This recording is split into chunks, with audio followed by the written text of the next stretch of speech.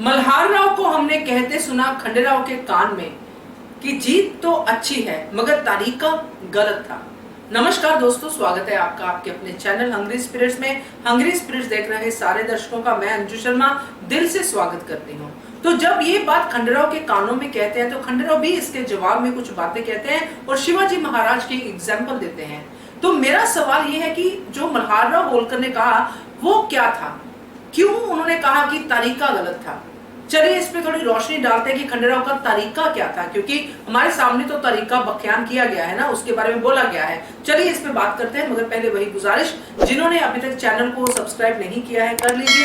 साथ में दोस्तों बेल आइकन दबाइएगा ताकि आपको हमारे वीडियोस के नोटिफिकेशन मिलते रहे। तो दोस्तों खंडेराव की जीत हुई और जीत के बाद बहुत सारे समीकरण बदले, बहुत सारे लोगों को बुरा लगा, उनकी ईगो हर्ट हुई, बहुत सारा कुछ हुआ।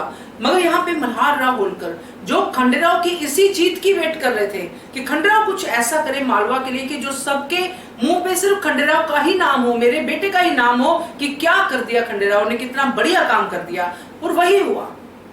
तो यहाँ पे मल्हार राव होलकर को उनका तरीका क्यों गलत लगा। खंडेराव का तरीका जो सैनिकों ने बयान किया उस तरीके में कोई भी खोट नहीं थी, उसमें सिर्फ और सिर्फ भलाई थी मालवा की। उन्होंने ना तो किसी सैनिक को हर्ट होने दिया, ना तो उन्होंने किसी किले की प्रॉपर्टी को डैमेज होने दिया। जैसे सैनिकों ने बोला कि इन्होंने हर चीज का ध्यान रखा। इनका एक ही मकसद था कि जो पुर्तगाली सेना है उनका जो शस्त्रशाला है उसको नष्ट करना और बाकी जो भी उनका सामान है ताकि वो यहाँ से कूच कर जाए। सिर्फ इसी पर्पस में उन्होंने हमला किया और बहुत ही बढ़िया योजना के साथ हमला किया जिससे कुछ भी नुकसान नहीं हुआ। ये बात जब पता चलती है मल्हार राव होलकर को और वो फिर कहते हैं कि तरीका गलत था, तो ये तो गलत था ही नहीं तरीका, ये तो बिल्कुल सही तरीका था। अब मैं आपको बताती हूँ कि वो कहां से आया तरीका गलत। वो वहां से आया दोस्तों कि मल्हार राव होलकर जो है राजा है और राजा को बताए बिना इतना बड़ा काम कैसे कर लिया। राजा भी है, पिता भी है, और पिता को बताए बिना इतना बड़ा काम कैसे कर लिया।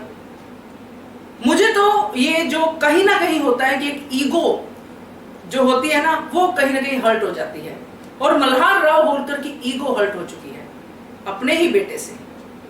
क्योंकि मल्हार राव होलकर खुद एक बहुत ही बढ़िया वाले राजा हैं, बहुत बढ़िया वाले सैनिक हैं जिनकी तारीफें होती है। जब उनका बेटा उनकी सलाह लिए बिना ही इतनी बड़ी जीत हासिल कर लेता है तो वो कहीं ना कहीं कष्ट होता है, जो शायद इंसान को खुद भी पता नहीं चलता है उस समय उनको क्या फील हो रहा है। और जब धनाजी गुनु जी ये सब कहते हैं है ना कि किसी को बताया क्यों नहीं, और वो चीजें होती हैं, तो मल्हार राव होलकर को ये भी फ्लैशबैक में जाता है कि हम तो इतनी मीटिंग्स कर रहे थे, इसने तो हमारे साथ कोई मीटिंग भी नहीं की, अपने आप ये सब कर दिया, तो इसलिए तरीका गलत है। मगर मेरे हिसाब से खंडेराव का तरीका बिल्कुल गलत नहीं था। एक तो उन्होंने इसलिए भी ये सारी योजना किसी को नहीं बताई जो मुझे लगता है, क्योंकि इसमें अगर थोड़ी सी भी योजना लीक हो जाती तो 13 के 13 सैनिक वहां पे और इंक्लूडिंग खंडेराव की वहां पे मौत हो सकती थी, क्योंकि उनकी सेना बड़ी थी। और इसी चीज का जो इनको सबसे ज्यादा चिंता थी मल्हार राव होलकर की हर मीटिंग में, जो भी इस किले को लेकर मीटिंगें हुई है तारापुर किले को, उसमें यही थी कि पुर्तगाल की सेना बहुत बड़ी है। अब इतनी बड़ी सेना को 13 लोग मात दे के आए हैं, उनको धूल चटा के आए हैं, उस समय तरीका कौन टेस्ट करता है। मुझे तो ये थोड़ी डिसअपॉइंटमेंट हुई है इस बात से। आप बताइए आपको क्या लगा, जरूर कमेंट करके बताइएगा। देखते रहिए channel Hungry Spirits. Thank you so much. Subscribe to our channel by clicking the subscribe button. Click the bell button and enjoy the latest uploads from our channel.